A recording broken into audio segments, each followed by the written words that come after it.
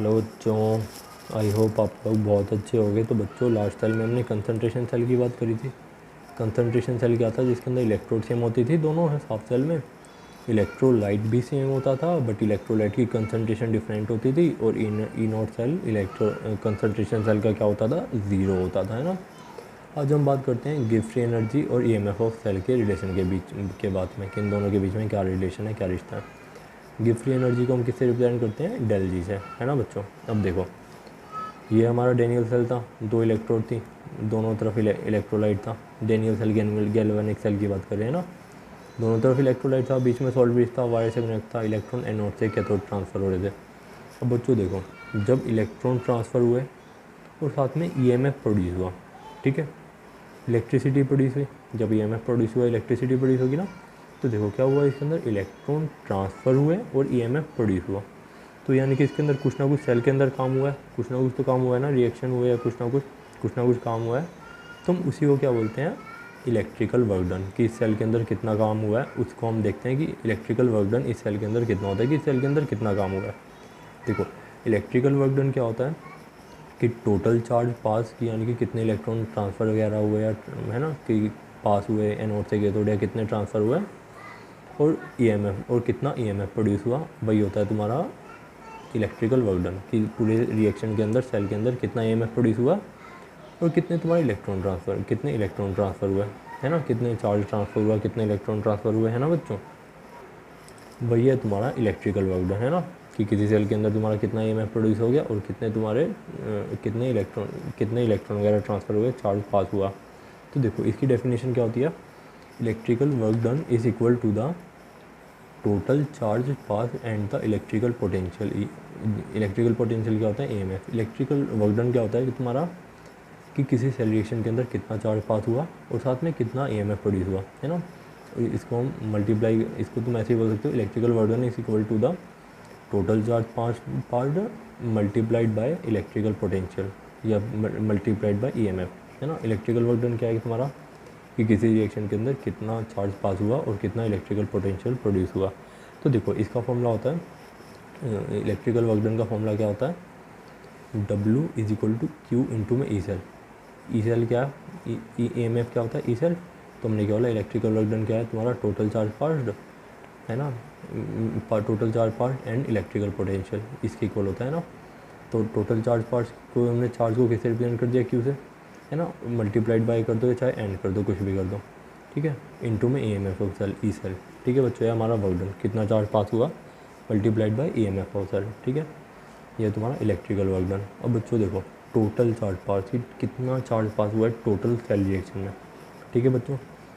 अब देखो, हमने नर्स्ट इक्वेशन के पहले लेक्चर में हमने पढ़ा था कि एक मोल इलेक्ट्रॉन पे कितना चार्ज होता है 1 फैराडे। एक मोल इलेक्ट्रॉन पे कितना चार्ज होता है हमने कैलकुलेट भी करा था, वो कितना होता है 96500 के आसपास हमने होता है, हमने देखा था कि एक मोल इलेक्ट्रॉन पे कितना चार्ज होता है 1 फैराडे। वही तो होता है ना 1 फैराडे। 1 फैराडे तुमसे कोई पूछे क्या होता है तो तुम बोलोगे एक मोल इलेक्ट्रॉन पे कितना चार्ज होता है, वही है तुम्हारा फैराडे, ठीक है।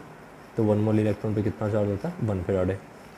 एक मोल इलेक्ट्रॉन पे चार्ज 1 फैराडे है, 2 मोल इलेक्ट्रॉन पे चार्ज 2 फैराडे। मान लो 3 मोल इलेक्ट्रॉन है तो उस पर चार्ज कितना होगा 3 फैराडे। मान लो n मोल इलेक्ट्रॉन है तो उस पर चार्ज टोटल चार्ज कितना होगा n फैराडे, है ना।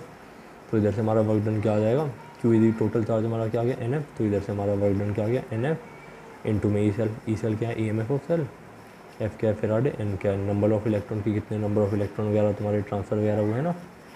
और एक मोल क्या होता है, एक मोल यानी कि 6.022 इंटू में 10 की पावर 23 इलेक्ट्रॉन, यानी कि इतने इलेक्ट्रॉन पे कितना चार्ज होता है 1 फैराडे, जिसकी वैल्यू होती है 96500 के इक्वल। ये हमने नर्स्ट इक्वेशन के फर्स्ट लेक्चर में अच्छे से देखा था, ठीक है बच्चों। अब देखो, अब बात करते हैं कि गिब्स फ्री एनर्जी आखिर क्या होती है बच्चों। गिब्स फ्री एनर्जी क्यों बोलते हैं? पहली बात तो तुम्हें बच्चों, मान लो तुम्हें कोई काम करना है, मैंने तुम्हें कोई काम दिया, कोई टास्क दिया करने के लिए, तुम कब करोगे? जब तुम में एनर्जी होगी, है ना, जब तुम में कोई बची हुई एनर्जी होगी, है ना, कोई बची हुई मान लो फ्री एनर्जी है तुम में, उसी को ही तो तुम काम कर पाओगे। कि मान लो तुमके अंदर तुम्हारे अंदर कोई एनर्जी ही नहीं है, क्या तुम काम कर पाओगे? बिल्कुल भी नहीं कर पाओगे। तो ऐसे ना केमिकल्स वगैरह के अंदर क्या होता है, केमिकल्स वगैरह के अंदर ऐसी एनर्जी जो उनको काम करने के लिए मतलब ताकत देती है, जिसकी वजह से वो रिएक्शन कर पाती हैं, काम कर पाते हैं, ठीक है। जैसे अब तुम्हारे अंदर भी कुछ एनर्जी होती है, उसकी वजह से तुम काम कर पाते हो, है ना, ठीक है। ऐसी केमिकल के अंदर भी कुछ ना कुछ एनर्जी होती है जिसकी वजह से रिएक्शन कर पाती हैं उसे हम क्या बोलते हैं, गिव फ्री एनर्जी। कंपेयर कर पा रहे हो कि तुम्हारे अंदर एनर्जी, वो तुम्हारी एनर्जी, केमिकल के अंदर रिएक्शन, केमिकल की एनर्जी के अंदर एनर्जी, वो कौन सी एनर्जी, गिव फ्री एनर्जी। ठीक है बच्चों, गिव फ्री एनर्जी को किससे रिप्रेजेंट करते हैं, जी से, और चेंज इन गिव फ्री एनर्जी को किससे रिप्रेजेंट करते हैं, डेल जी से। ठीक है बच्चों, आई होप आपको बात क्लियर हुई होगी। अब बच्चों मान लो इस सेल के अंदर तुम्हारा कोई ना कोई तुम्हारा जैसे मान लो ईएमएफ प्रोड्यूस हुआ है, ठीक है, कुछ ना कुछ इलेक्ट्रिकल वर्क डन हुआ है जब इसने काम कर रहा है, जब इलेक्ट्रॉन वगैरह ट्रांसफर करें, ईएमएफ करें, तो वर्क कुछ ना कुछ काम करा। बच्चों देखो, इसने कुछ ना कुछ काम करा है तो इसकी एनर्जी कम होगी, ऑफ कोर्स कम होगी, है ना। जब इसने काम करा एनर्जी कम होगी। अब मान लो मैं तुम्हें बोल दूँ कि बच्चों ज़रा 10 किलोमीटर दौड़ लगाओ, तुम्हारी एनर्जी भी कम होगी धीरे धीरे। ऐसे ही जैसे इसने रिएक्शन हुई, इसने भी काम करा तो इसकी भी एनर्जी कम हुई। ठीक है बच्चों, तो हम ऐसे लिख सकते हैं W is equal to minus del G, कि जैसे ही काम हुआ एनर्जी कम हुई, उसे हमने माइनस डेल जी से रिप्रेजेंट कर दिया, है ना। W क्या है, तुम्हारा electrical work done is equal to minus del G. Del G क्या है, डिक्रीज इन गिव फ्री एनर्जी, की किसी की रिएक्शन के अंदर कितनी एनर्जी कम हुई। हम इसको ऐसे भी लिख सकते हैं, del G is equal to minus W. अब देखो बच्चों, हमने W का फॉर्मूला भी तो निकाला था, W का फॉर्मूला था NF ई सेल, बस हमने इसको पुट कर दिया तो इधर से हमारा एक रिलेशन आ गया, del G is equal to minus NF, है ना। देखो कितने सिंपल तरीके से आ गया। W का फॉर्मूला याद करो, मतलब याद तो क्या, मेन तो तुम्हारे यही एक्सप्रेशन काम की है, और सब तो तुम्हारा कुछ काम का है नहीं इतना, मेन बस यही काम किया, बट ये हमने डिराइव करा।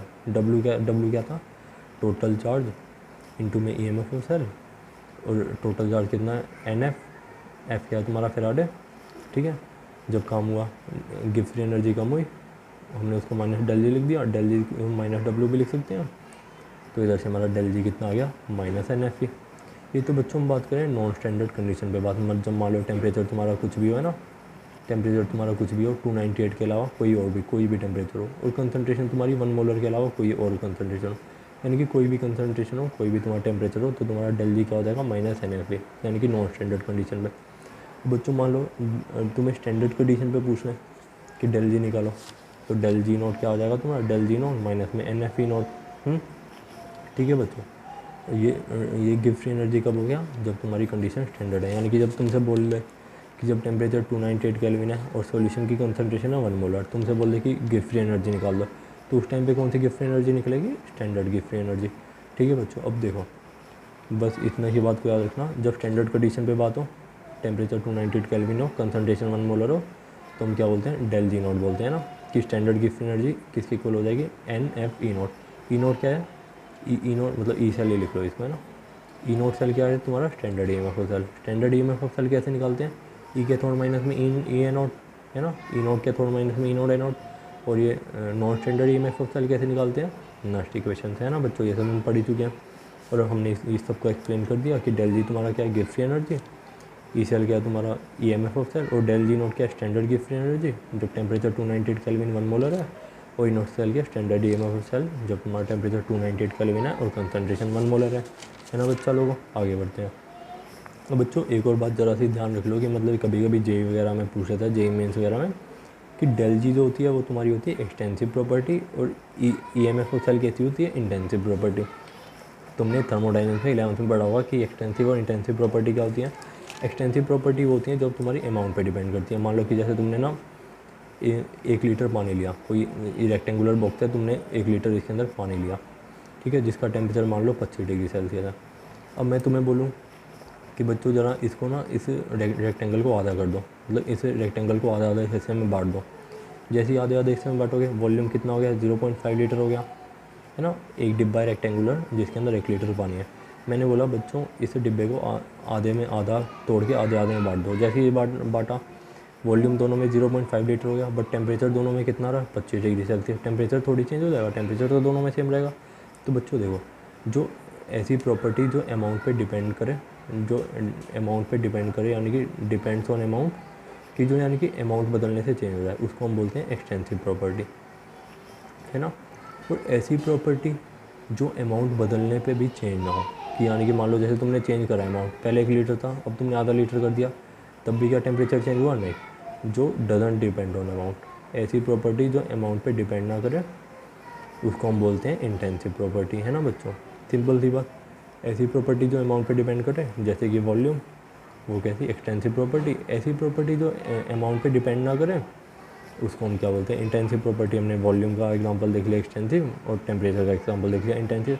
ऐसे ही ना डेल जी गिब्स फ्री एनर्जी होती है तुम्हारी एक्सटेंसिव प्रॉपर्टी, यानी कि जो गिब्स फ्री एनर्जी तुम्हारी उस पर डिपेंड करती है अमाउंट पे। मान लो कि तुम्हारा इलेक्ट्रोड तुम्हारा बहुत बड़ा है ना, तो तुम्हारी गिब्स फ्री एनर्जी उसके लिए ज़्यादा होगी। मान लो छोटा है तो उसके लिए गिब्स फ्री एनर्जी कम होगी, है ना। तो यानी कि अमाउंट पे डिपेंड करती है कि मान लो तुम्हारा वॉल्यूम सॉल्यूशन का 2 लीटर है तो उसकी गिब्स फ्री एनर्जी ज़्यादा होगी, 1 लीटर की कम होगी। यानी कि जस्ट अमाउंट पे डिपेंड करती है, डिपेंड्स ऑन अमाउंट।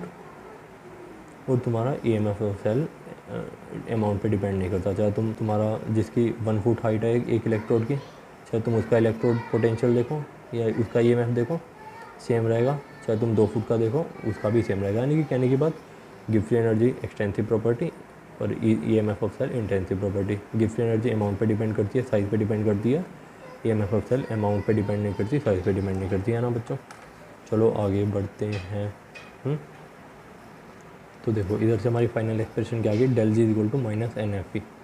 ठीक है बच्चों, तुम्हें याद है हमने सॉल्यूशन चैप्टर में बात करी थी, कोई भी रिएक्शन स्पॉन्टेनियस कब होगी, जब उसका डेल जी स्मॉलर देन 0 होगा, यानी कि डेल जी नेगेटिव होगा। 0 से कम यानी कि नेगेटिव, यानी कि अगर उसकी गिब्स फ्री एनर्जी नेगेटिव होगी तो वो रिएक्शन कैसी होगी, वो रिएक्शन तुम्हारी स्पॉन्टेनियस होगी, है ना। जब तुम्हारा डेल जी ग्रेटर देन 0 होगा, यानी कि जब तुम्हारा डेल जी पॉजिटिव होगा तो रिएक्शन कैसी होगी, नॉन स्पॉन्टेनियस होगी, है ना बच्चों। ठीक है, जब डेल जी तुम्हारा Gibbs free energy greater than 0 होगी तो रिएक्शन कैसी होगी, नॉन स्पॉन्टेनियस। स्पॉन्टेनियस मतलब जो खुद से हो जाए, नॉन स्पॉन्टेनियस मतलब जो खुद से नहीं होती, है ना। कि जो मतलब स्पॉन्टेनियस मतलब जो खुद से हो जाए। अब ठीक है, अब मैं तुम्हें बोलूँ कि ज़रा कि जैसे मान लो स्पॉन्टेनियस नॉन स्पॉन्टेनियस का एग्जांपल तुम देख सकते हो कि झरने का ऊपर से नीचे करना स्पॉन्टेनियस है, खुद से हो जाता है। बट झरने का नीचे से ऊपर जाना, ज़मीन से आसमान में जाना, क्या स्पॉन्टेनियस है, नहीं है ना। कि यानी कि पहाड़ से नीचे तो झरना जा सकता है, वो कैसा प्रोसेस हो गया, स्पॉन्टेनियस। बट क्या वो ज़मीन से पहाड़ के पे ऊपर जा सकता है, नहीं, तो वो कैसा प्रोसेस हो गया, नॉन स्पॉन्टेनियस। स्पॉन्टेनियस जो खुद से हो जाए, नॉन स्पॉन्टेनियस जो खुद से ना हो। ठीक है बच्चों, तो देखो जब डेल जी स्मॉलर देन 0 यानी कि डेल जी नेगेटिव तो तुम्हारी रिएक्शन कैसी, स्पॉन्टेनियस। जब डेल जी ग्रेटर देन 0 तो तुम्हारी रिएक्शन नॉन स्पॉन्टेनियस। अब जब मान लो तुम्हारी डेल जी 0 के इक्वल है, गिब्स फ्री एनर्जी 0 के इक्वल है, तो वो रिएक्शन कैसी होगी, इक्विलिब्रियम पे होगी। यानी कि ना तो रिएक्शन आगे बढ़ेगी ना पीछे जाएगी, वो एक जगह टिकी रहेगी। इक्विलिब्रियम पूरा चैप्टर है तुमने पढ़ा हुआ, ठीक है। तो डेल 0 पे जब गिब्स फ्री एनर्जी 0 हो जाए तो तुम्हारा रिएक्शन इक्विलिब्रियम पे हो जाती है और ना तुम्हारा सेल काम करना बंद कर जाता है। जो तुम्हारा डेनियल सेल होता है, गैल्वेनिक सेल होता है, जब तुम्हारी Gibbs free energy change in Gibbs free energy 0 हो जाए तो वो इक्विलिब्रियम पे आ जाता है वो सेल, और वो काम करना बंद कर देता है। ठीक है बच्चों, अब देखो ये तो हुई डेल जी की बात। डेल जी क्या होता है हमारा, माइनस NFP। देखो तुम्हारी रिएक्शन कब स्पॉन्टेनियस होगी, जब तुम्हारा डेल जी नेगेटिव होगा। अब मान लो तुम्हारा डेल जी जब नेगेटिव है ना, अब मान लो तुम्हारा EMF ये पॉजिटिव है, EMF मान लो EMF की वैल्यू है +5, तो जो भी डेल जी की वैल्यू आएगी वो नेगेटिव आएगी, यानी कि बहुत बढ़िया। यानी कि तुम्हारी EMF की वैल्यू कैसी होनी चाहिए, पॉजिटिव होनी चाहिए। जब तुम्हारा डेल जी नेगेटिव होगा तभी रिएक्शन स्पॉन्टेनियस रहेगी। और मान लो ये वैल्यू नेगेटिव होती, डेल जी की वैल्यू नेगेटिव है, तो तुम्हारा डेल जी क्या हो जाएगा, डेल जी तुम्हारा पॉजिटिव हो जाएगा। क्यों, क्योंकि माइनस NFP है, माइनस ऑलरेडी गिवन है। अब तुमने इधर क्या पुट कर दिया, -5 पुट कर दिया, तो तुम्हारा डेल जी की वैल्यू कैसी आ जाएगी, पॉजिटिव आ जाएगी, है ना। और तुम्हारा की वैल्यू कैसी है, और नेगेटिव है। यानी कि जब सिंपल सी बात, जब तुमने की वैल्यू 0 ली तो डेल जी की वैल्यू कैसे आई, नेगेटिव।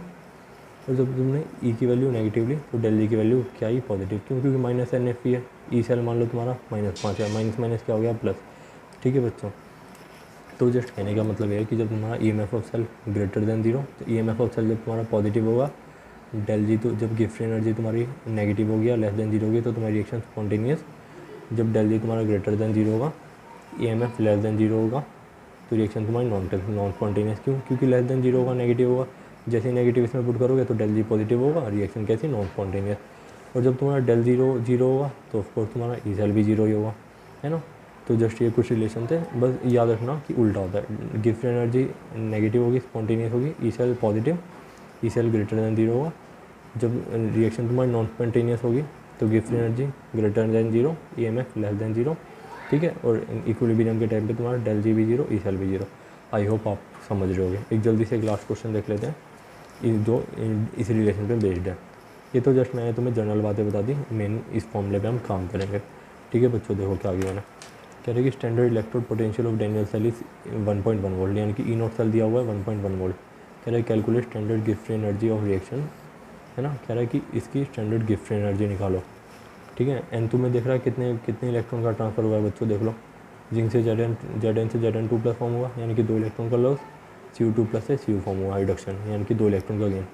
रिएक्शन में टोटल कितने इलेक्ट्रॉन का लेन देन हुआ, 2। तो एन इधर से कितना आ गया, 2।